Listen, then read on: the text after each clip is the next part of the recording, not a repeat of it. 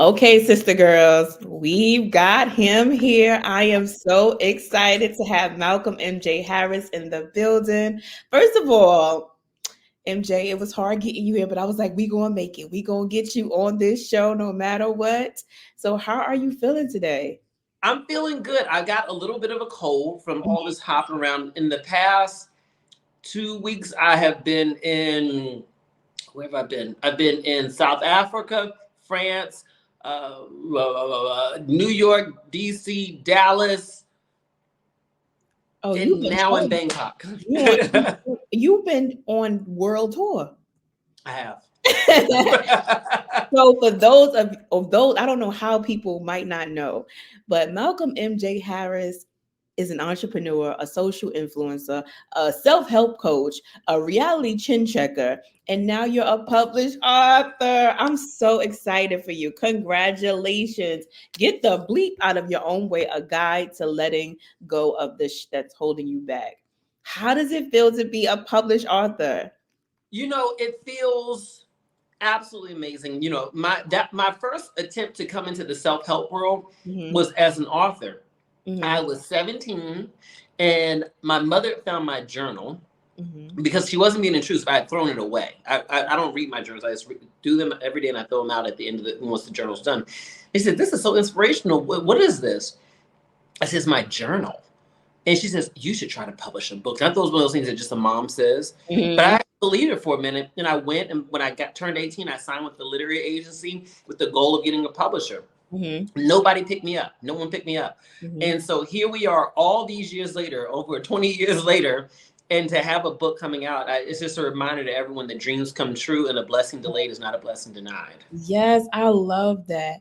And so, even thinking about the book when you wanted to write the book back then, how did you go from shooting uplifting content in your kitchen? Because I feel like I was with you back in the day, to like an entire book, a career, living the life of your dreams. How do you, like, we can see it, but we only get to see so much of it because it's Yeah. like we start seeing the different backgrounds. You like, I'm here, I'm there. We're like, oh my God, we're actually watching like the blessings unfold. And you're also giving back to your audience and in a way that's not like bashing us, but it's also like giving us that chin check. Like, how do you go from there, and how has that journey been for you?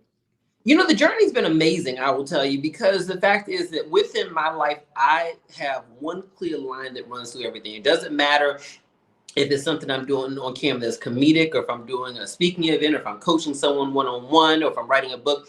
The through line that goes through everything is that I'm here to inspire and Mhm. entertain people, and I use the entertainment as a way to help people digest the Mhm. lessons, because sometimes the lessons are really hard.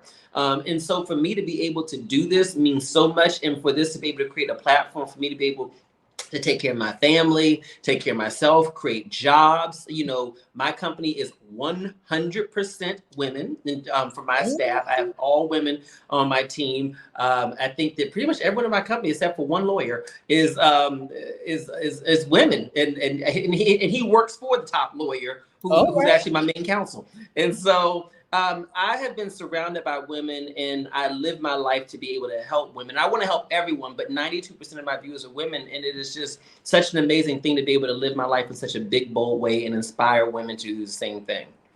Yes. And one thing I really enjoyed about your book is that I could hear you in my voice, in my head. Sorry, not in my voice. In my head. I could Really? hear your voice in my head as I was reading. I was not reading as like my own like reading. I was like, he's in my head at this point. I can hear your voice. I can hear the cadence, and the book reads like you break it down from the very beginning, and then you build it back up because it's like trying to get it from accountability to knowing who we are to self worth. How did you come up with the flow and the order of the book? Well, what I thought about was, because before I got into, social media and all this, I was a management consultant. I'm a business person. Okay. And for me, I said the most logical thing to put into a book are going to be the top lessons that have resonated with people, but elaborate on them. Because when you're Mhm. watching one of my lessons in a 3-minute video on Instagram or TikTok or wherever you may be watching it, it doesn't give you the meat sometimes of how to actually walk that out. How do Mhm. you do that thing? I inspire you to Mhm. see that you need to make that change, but how do you do it?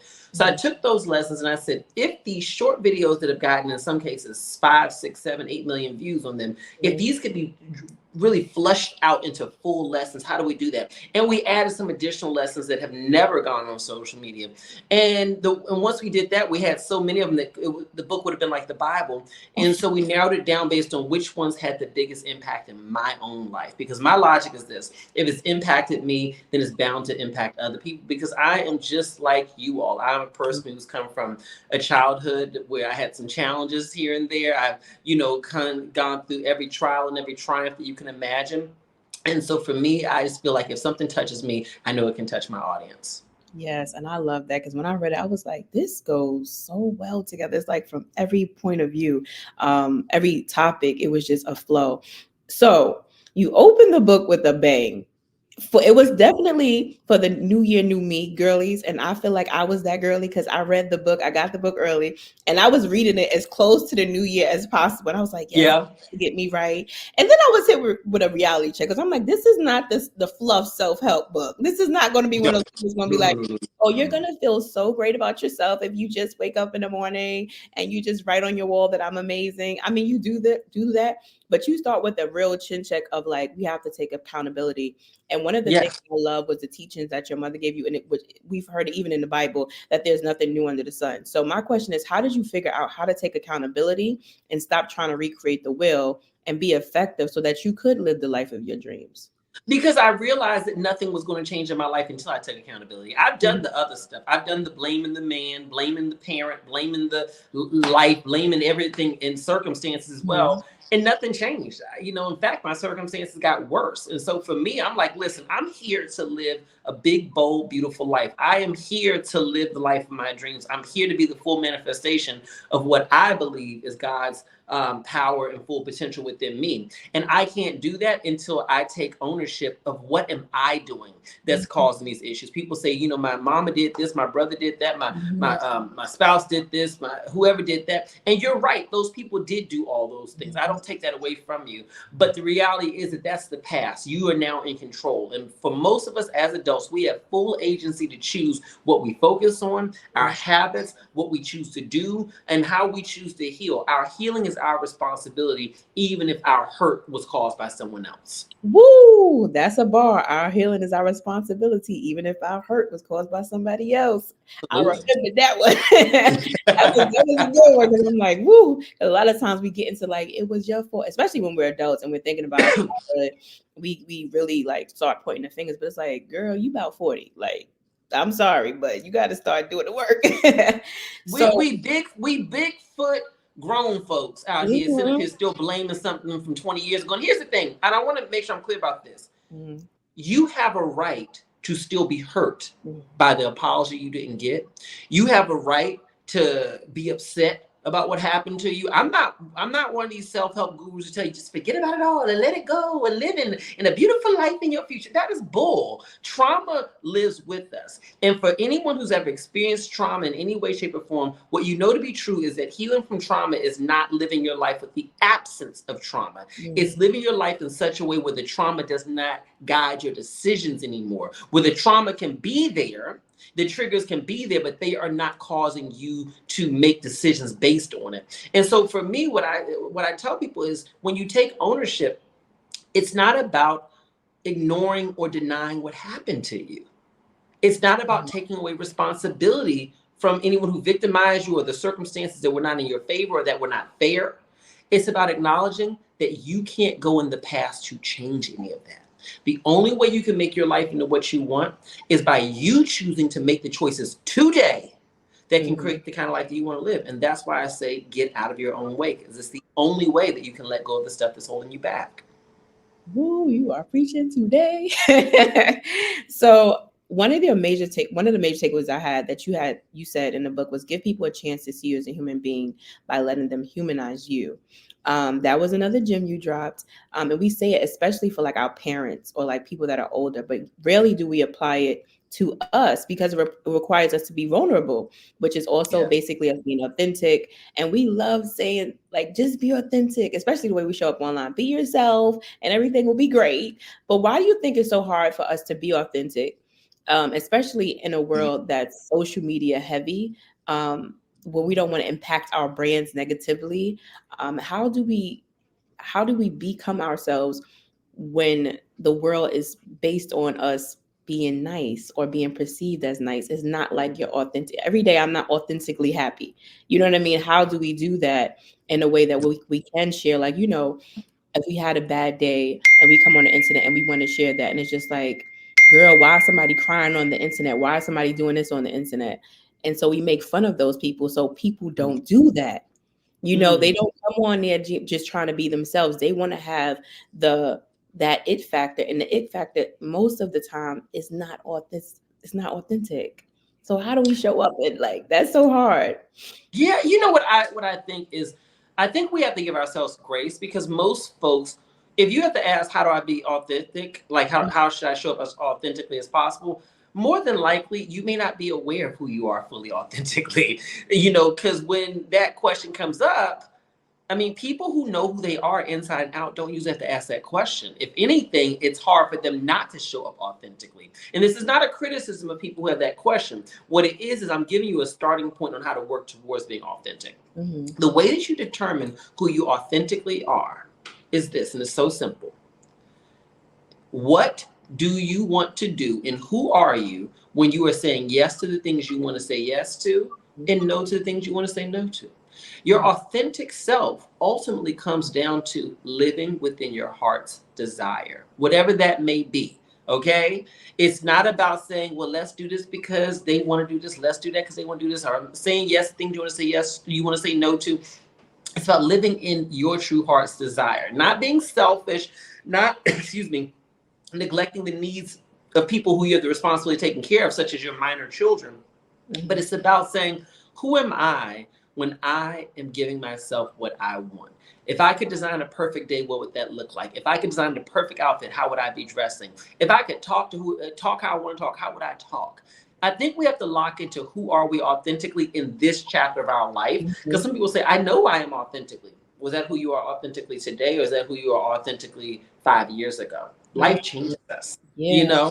And so I think we have to lock into who are we now, because once we lock into that, then the path to authenticity is just choosing to present that to the world in appropriate settings. Now, let me go a little bit deep here, because I do have an opinion on social media. I had a conversation actually not that long ago on another podcast about this, where the person who was interviewing me said, said the same thing. He says, with social media, so much of it isn't real.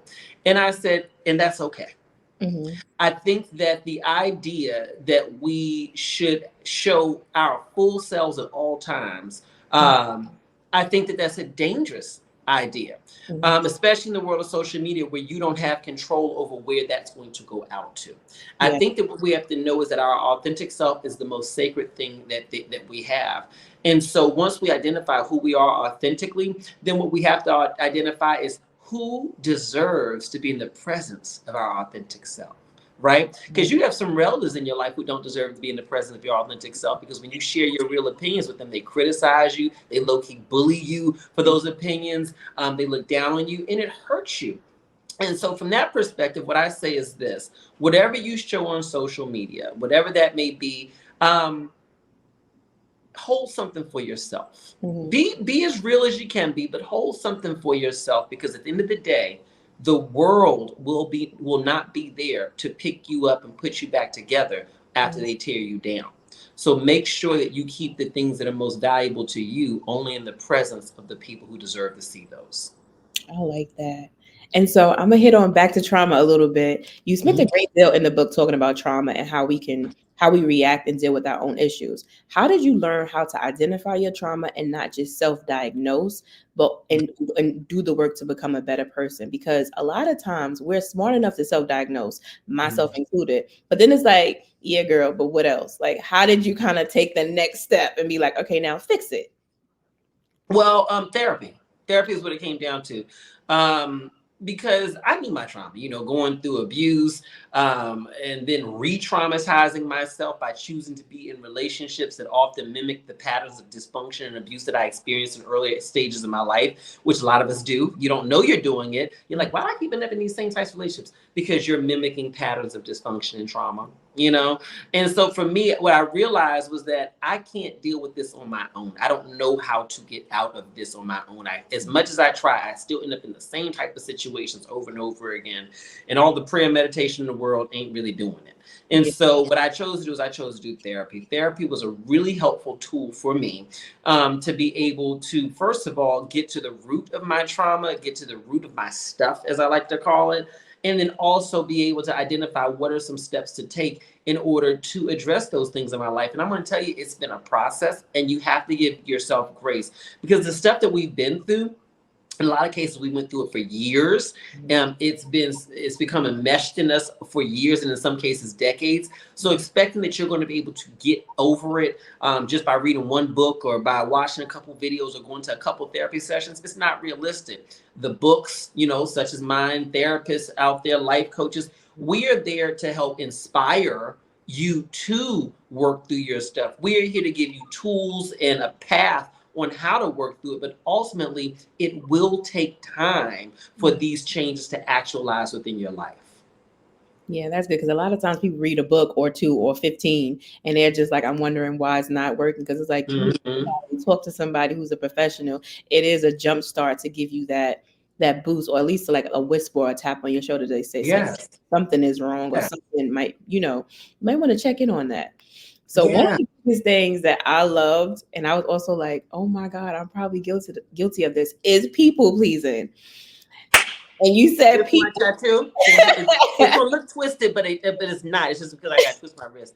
It says, "Put yourself first." Yes, I I am love a that. person who keeps a short haircut. I don't have no piercings. I don't got no nothing. I'm probably the most conservative person on earth when it comes to my appearance. I like tattoos on men though. But for me, I said, I'm gonna get one. And I put this right here because even as someone who makes his living screaming into a camera, telling y'all to put yourself first, Mhm. telling y'all to not be a people pleaser, it's still something I struggle with. It's still something where, just yesterday, I was on a business call. My nephew's son, Marco, was sitting right beside me, and he's often beside me when I'm on business calls and things of that nature.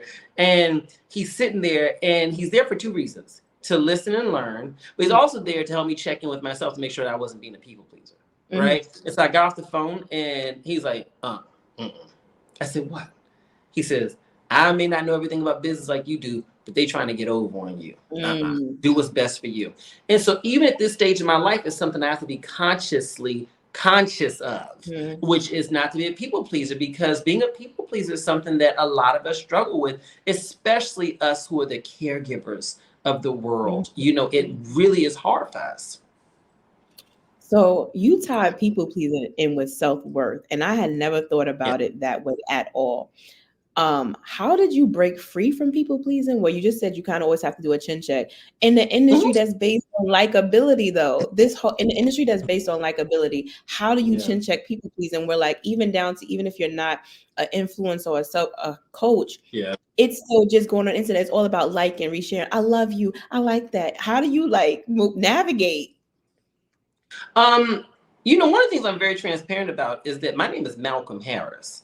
When I go on Mhm. camera, the name of my book is MJ Harris. That's my first two initials.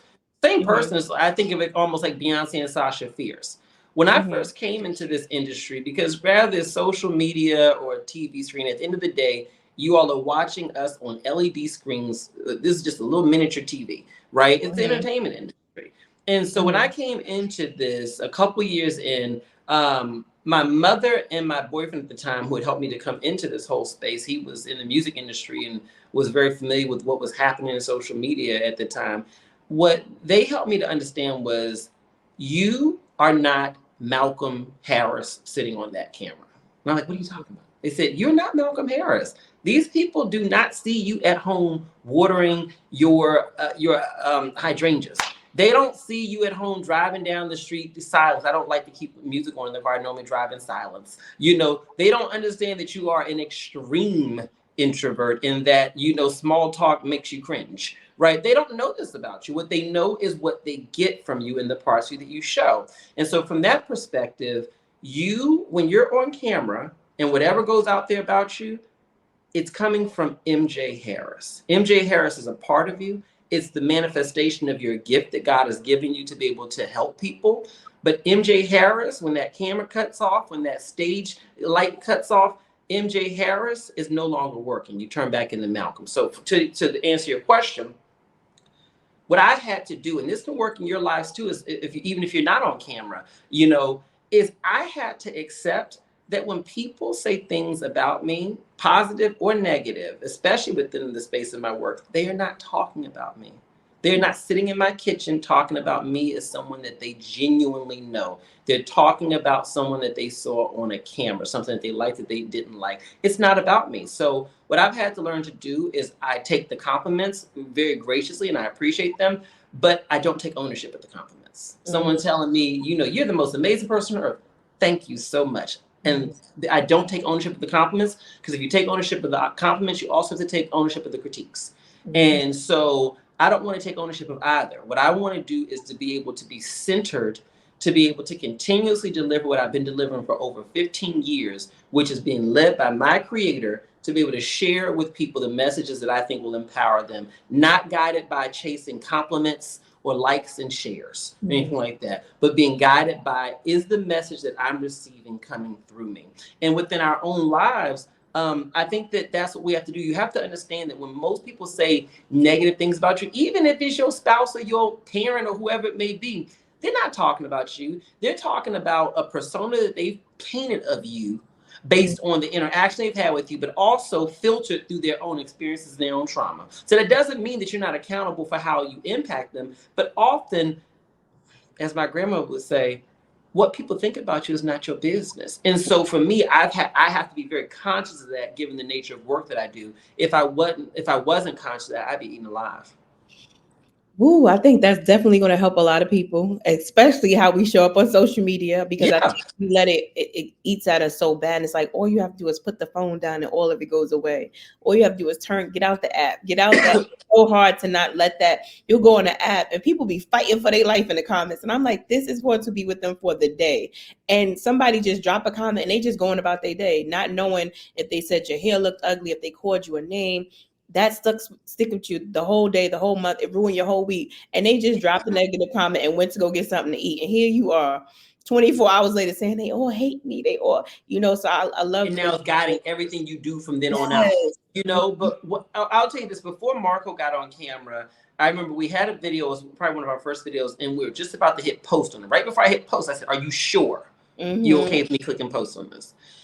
Because of our family series, I mean, our video views have been viewed something like 250 million times or something like that, largely because of Facebook, which I'm very grateful for the platform. And I said, "You sure?" Because we didn't know what was going to come, but I knew it was going to be something. And he says, "Yeah, I'm fine." I said, you can't undo this, and you have to understand it's going to be heavy on you." And so he said, "Yes, I'm sure." So we put it out, and then as time went along, it definitely did give him a sense of anxiety. And one of the things that I told him, that I tell anyone within this social media space, is this: social media is necessary if you want to market anything in this society, if you want to be a presence in this society. Even when it comes to looking for jobs, you need to have a presence that people can look up. If they can't find you, then they treat you as if somehow or another your credibility doesn't exist. But social media is literally just within this phone or that TV that you may be watching the app through. If you're having a hard moment with how you're being received, you can always turn it off for that moment. You don't have to sit in it. You don't have to argue. You don't have to respond. The person on the other end of it who says something critical of you, more than likely is someone who's very hurt, very hurt. And that's why they would seek out that opportunity to hurt you, because I've never seen a happy person use social media to tear down other people.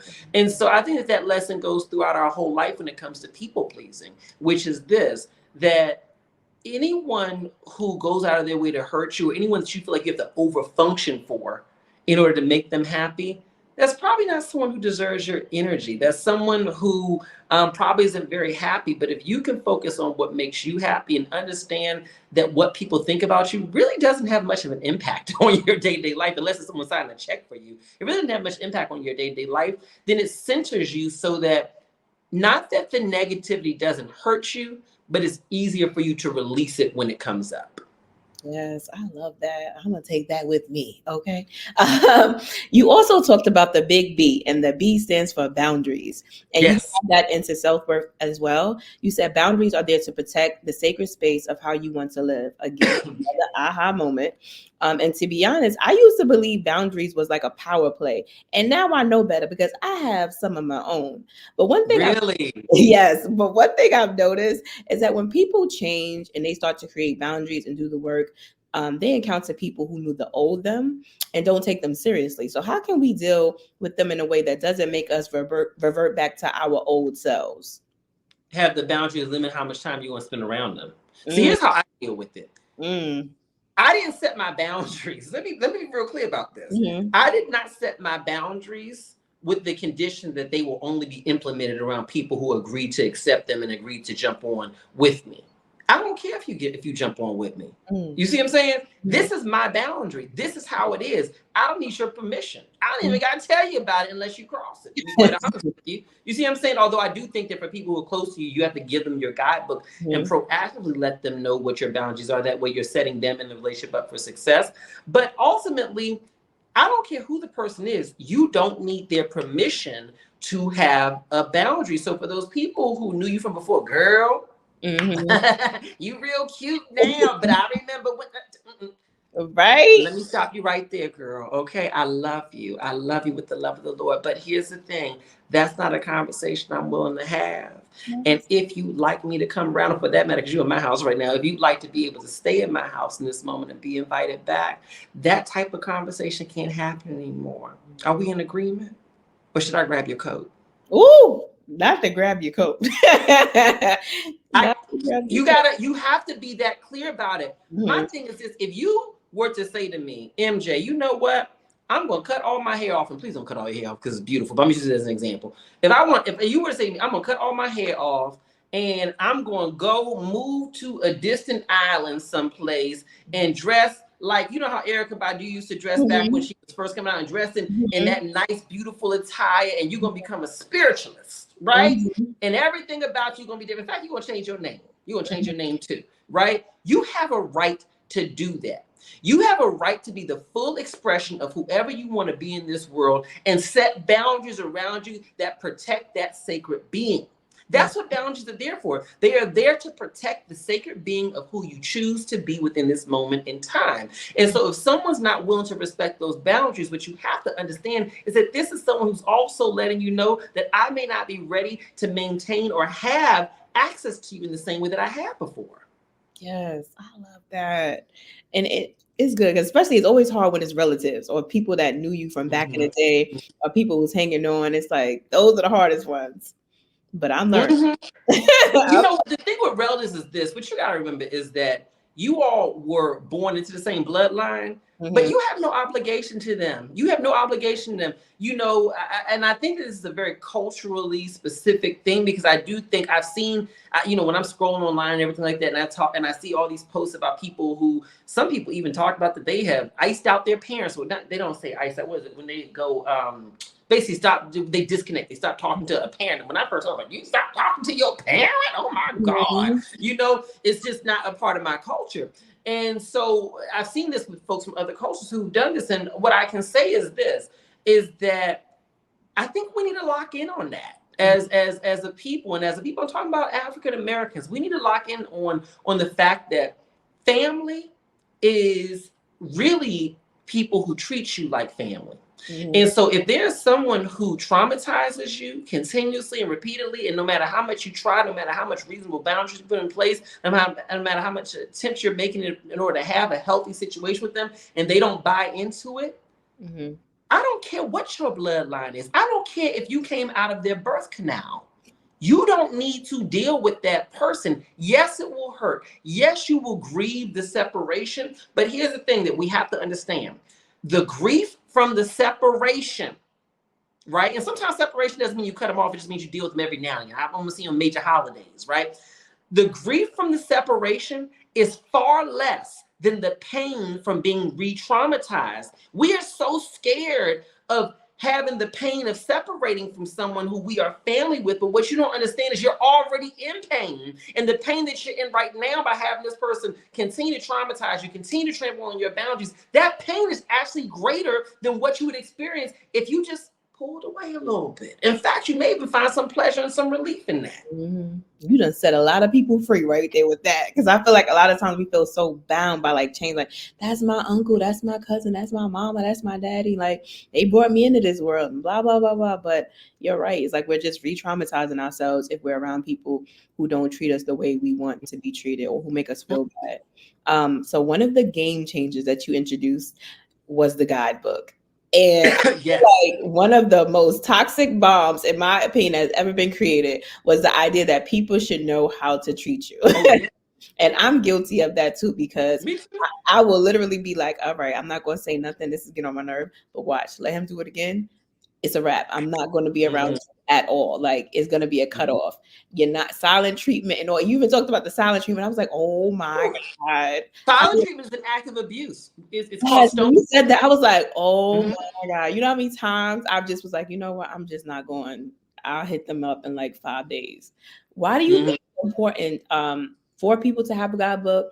And why is it important for them to stop doing what I just said I did, what I'm guilty of, thinking that I people tell you just too. know? So when I say give people your guidebook, what I'm talking about is teaching people how to treat you. People don't know what you need and they don't always know what you want. I don't care if this is your spouse who you go to bed with every night. I don't care if this is your child who you're around every day. They don't know all the intricacies of what you're feeling and what you need. And they don't always even know when you're offended. Just because you may have a facial expression that shows you're offended, they don't know specifically what that is. And I can say for me, I've made this mistake over and over and over again within my life of not giving people my guidebooks and then holding them accountable when they don't meet my expectations, cutting off relationships prematurely with people, not because they were bad people, but because they stepped on my toes. And at the time, that made me think they were a bad person. When the truth of the matter was, I was the culprit because I did not proactively communicate to them what my needs were because I was too stuck in being a people pleaser and wanting you around. So in order to get you around and keep you around and attract you to stay around me, I would act like things didn't bother me. And then over time, once you know the newness and the novelty of the relationship would wear off, then I start to indirectly express when things bothered me. But that was through silence, through the silent treatment and things of that nature.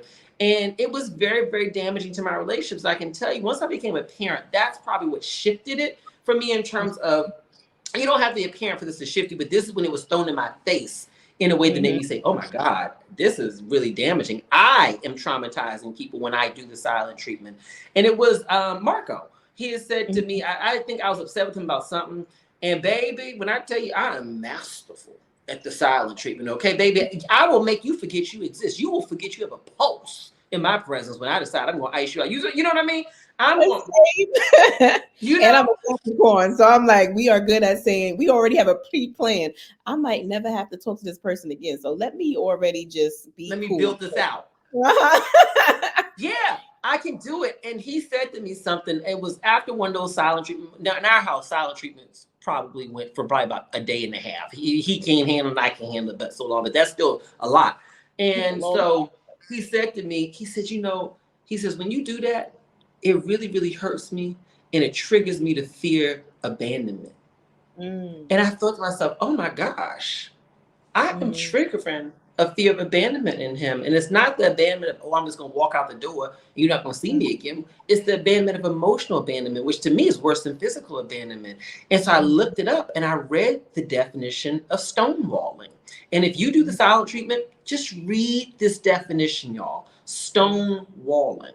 Stonewalling is a form of abuse. Even I'm not calling you abusive, but what I am saying is if you use the silent treatment as a way to communicate anger, pain, or make a point, you might be causing damage to the other person that may be greater than what you think. mm. And that's so true because, like, and kids do it at such an early age. They be like, "Don't talk to me." Like Mhm. my niece is 7, and she loves giving me the silent treatment. She be like, "Oh, you call her names." I'm like, and I tell her, let her my feelings. She's like, "Oh, really?" And it's a way for them to communicate their discomfort to let you know Mhm. that something is wrong, but also let them know Mhm. you. It's like we so it's so funny how adults will be able to like get vulnerable with children, but we can't do it with each other. Because I'll be like, use your words. You don't have to like just stop talking to a person, or just use your words. Say what made you mad, or say what hurt your feelings. But we can't do, as adults, it's like we cannot, for some reason we can't do it. I don't know, but Well, you I know what think. I recommend though? I Mhm, recommend that you start small. mhm, Find someone in your life that you can be comfortable with increasingly more over time. And that's usually someone who's already vulnerable with you, right? Find someone that you can be vulnerable with, you know? And focus on maybe being vulnerable with them. I have a friend, I'm not going to name their name because this person holds such a sacred space in my life. And with me and her, literally, she just sent me a voice note right before I got on camera today. And it was 14 minutes and 55 seconds because we talk on WhatsApp.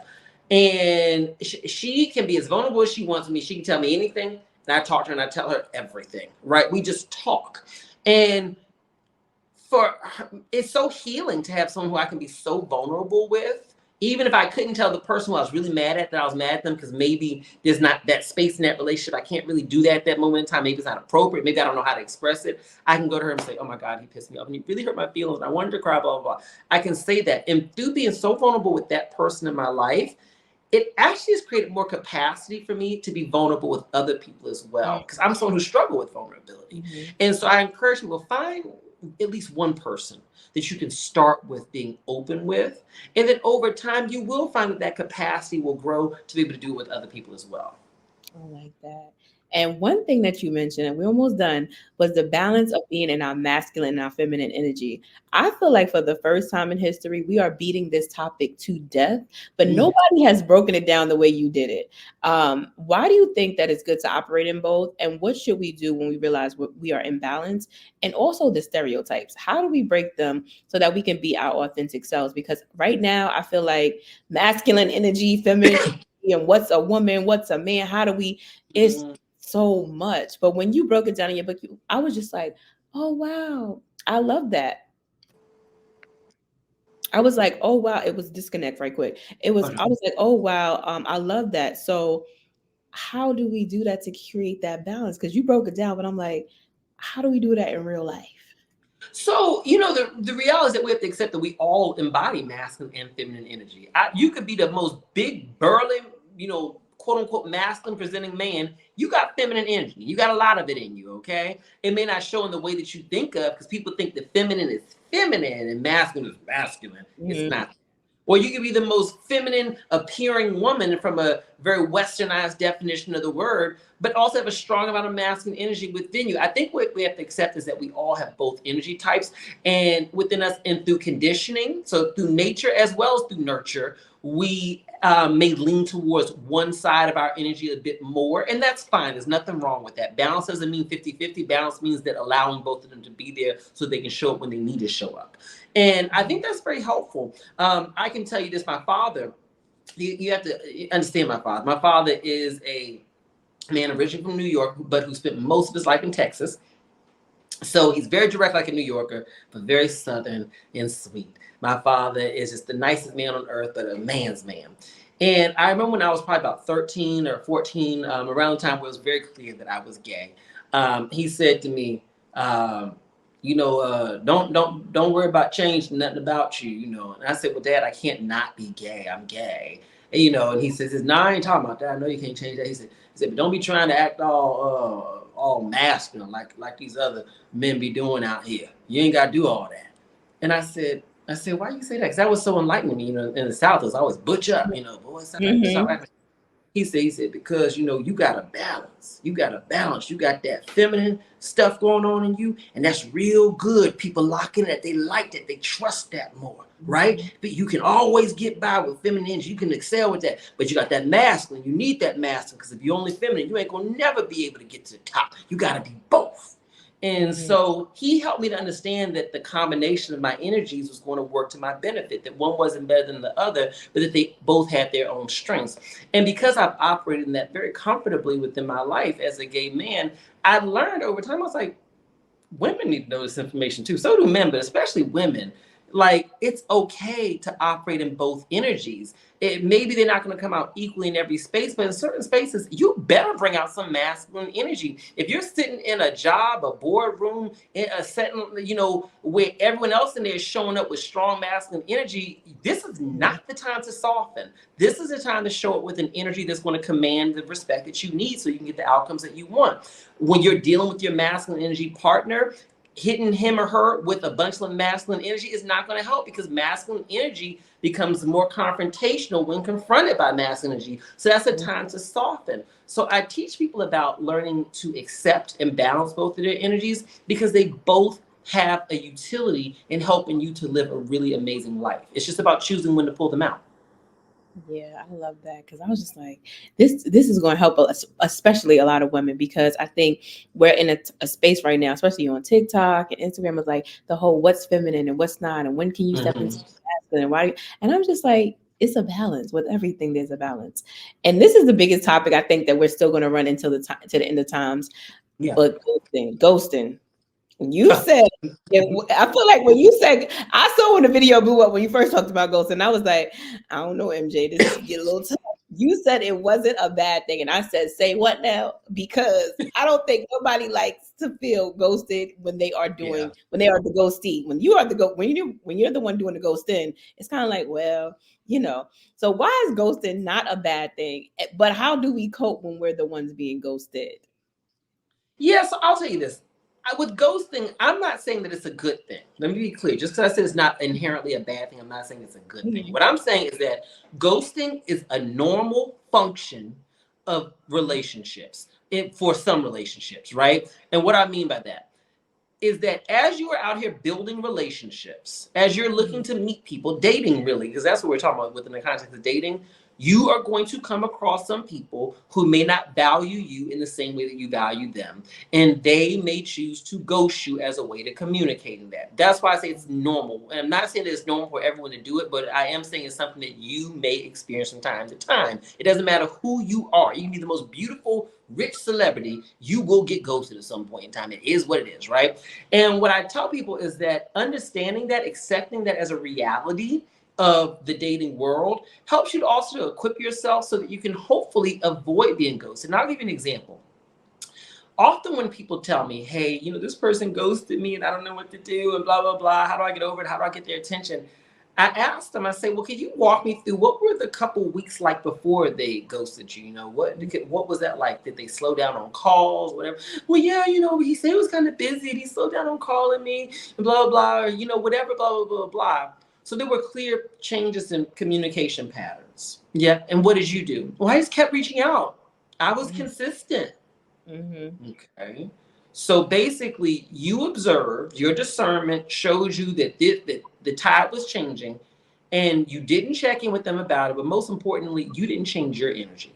Mm-hmm. And what you didn't recognize is that for some people, they may lack the communication skills to tell you, hey, I've changed my mind. And I think we have to be empathetic, right? Because picture this, right? Picture that man or that woman who ghosted you. Think about what their childhood may have been like. Maybe they grew up in a house with an alcoholic parent or a narcissistic parent, where the idea of disappointing them got them severe consequences. Maybe Mm-hmm. they come from a background where they don't know how to confront things at all. Just because they may be big and burly and looking all masculine or very feminine, sweet and soft and gorgeous, doesn't mean that they don't have trauma of their own. And so, in recognizing that some people just don't have the tools to tell you when they don't want you, what you Mm-hmm. have to do is understand that if you're operating within the dating and relationship space, only responding to what people verbalize to you, then you're missing out on about 70% of the actual communication. The actual communication is in patterns. The actual communication is in all those unspoken nonverbal cues. And if you ignore those things, then you will set yourself up to be ghosted more often than not. Mm. Well, that's a word, and that's going to clear it up for a lot of people. Let me get to the end of this, and I just want to know, like, what has been your favorite part about writing this book, and like the responses, because now the book has been out for a little while. How did you want people to receive the book, and is it doing the work that you wanted it to do? You know, my favorite part about writing the book was knowing that my words would be able to be taken to people in a format that they can really lock in on. You know, a video is wonderful, but after you watch that video, get that moment, you click like and click share, you're on to the next video. And Mhm. about 5 swipes down, you may have forgotten about the video. Maybe you'll think about it later, but is you're on to whatever you're watching next. You're watching them make potato salad. You know, I watch a lot of soul Mhm. food cooking videos. Even though I like watching them. And so with a book, I don't know, something about a book, even if it's in an audio format, it's with you. You can Mhm. reference it over and over again. You can mark that part that you like. And so to me, I just love the fact that these powerful lessons are going to be able to stay with people as a reference. But when I was writing the book, I told them, I said, I don't want this to be one of these books where you have to read it from the start to the finish. I want it to be one of Mhm. these books where at any point in time, like, oh my God, I'm going through X. Just go to the table of contents, find that chapter, and go straight to that. I wanted it to be a reference book. If you want to read it through, great, but you can always come back to it and just go to the chapters that you need most. And so when people write in and tell me how it's helping them, how it's changed them, one woman told me she's already listened to the audiobook like 3 times. I'm like, this is incredible because they're getting something out of it. And I just love doing that. I love knowing that I'm helping to change people's lives. I love that. And for the people, I always ask because I feel like you would be able to give a good word. People are going through hard times, they're dealing with confidence, self-hate, lost their job, just need a good word. Can you give something to the people? Because I feel like you're Mm. great at doing that. I could just scroll and I'll hit you and I'm like, he's a on time. Like, did you call God and say like that I needed this? And I feel like that has been your gift. Like people can just we know you through the internet and through our phones, but you talk to us and hit us in a personal way. Well, you know, what I'll tell you is this is that I've been through a lot of hard times. And I bring that up not to make this about me, but to let you know that I understand what it means to go through a hard time. I understand what it means to have a lot of bills due and ask, and how am I going to pay this? You know, I Mhm. understand what it means to have a broken heart after you gave them your full heart and your full being, and you're sitting up here left with scraps of your Mm. heart and ain't even answering your calls no more. I understand what it means to go through some of the most difficult moments with the people that are closest to you. You know, I get it. But what I can tell you is this is that whatever's happening today is not a reflection of what will happen tomorrow unless you don't choose to do something different today. If you don't like what you're going through right now, then focusing in on what you don't like is not going to change it. What's going to change your situation is focusing on what can I do to change my circumstance. Okay, I'm overwhelmed, MJ. You know this. I'm lonely. I'm this, that, and the other. Okay, I get it. I get it. What is one step you can take today, that can help move you one step closer to being able to address the top thing that's hurting you today? If you can take at least one step a day, you say, MJ, I want to find a man, but I feel like people don't look at me, blah, blah, blah. Okay. Well, maybe one step to take today is to go and ask yourself, am I the full embodiment of how, and do I feel most attractive to myself? No, you don't. Okay, then what can you do about that? Well, you know, I feel like I need to take care of my body more. Okay, so maybe the step today is to do a refrigeration cleanse, to go through your refrigerator and take out some things that you don't think should be in there. Oh, MJ, my finances are a mess. Okay, well, maybe the first step you can take today is to look over your spending to find what is one bill that you can reduce or eliminate. What I'm telling you is this, is that we change our life one step at a time. We don't change it by focusing on the things that we don't like. We focus on the things that we want to change, that we focus on where we want to go, and that's what changed our life. So if you're in a tough moment right now, understand that this can just be a moment if you're willing to take steps now. And one of the things I tell my nephew sons is this, is I say, process your progression now and then feel your feelings later. Now I know some therapists may disagree, like, oh no, we have to process our feelings now. Oh, shut up. Okay. No, get through it now. Okay. Figure out what you need to do now to Mhm. get through it. Right. And then once you get through it, then you process those feelings. Because sometimes it feels too heavy in the moment. So what can I do to get through this right now? Let's fix it. And then we'll deal with the feelings afterwards. And so that's what I would recommend to you. Let's get through this, and then we can deal with the feelings later.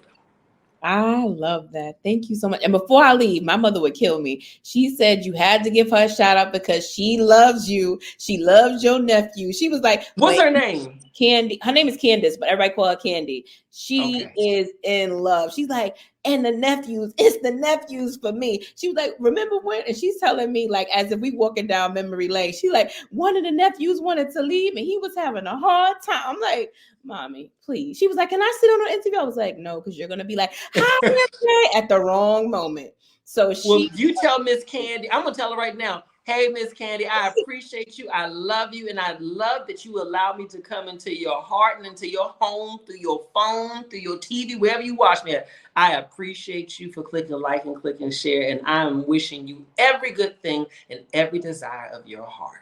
thank you so much. And people, sister girls, go get the book. It is a game changer. It is out now. Thank you so much, MJ. I Bye. appreciate you and congratulations. And that's it. Thank you so much. Bye.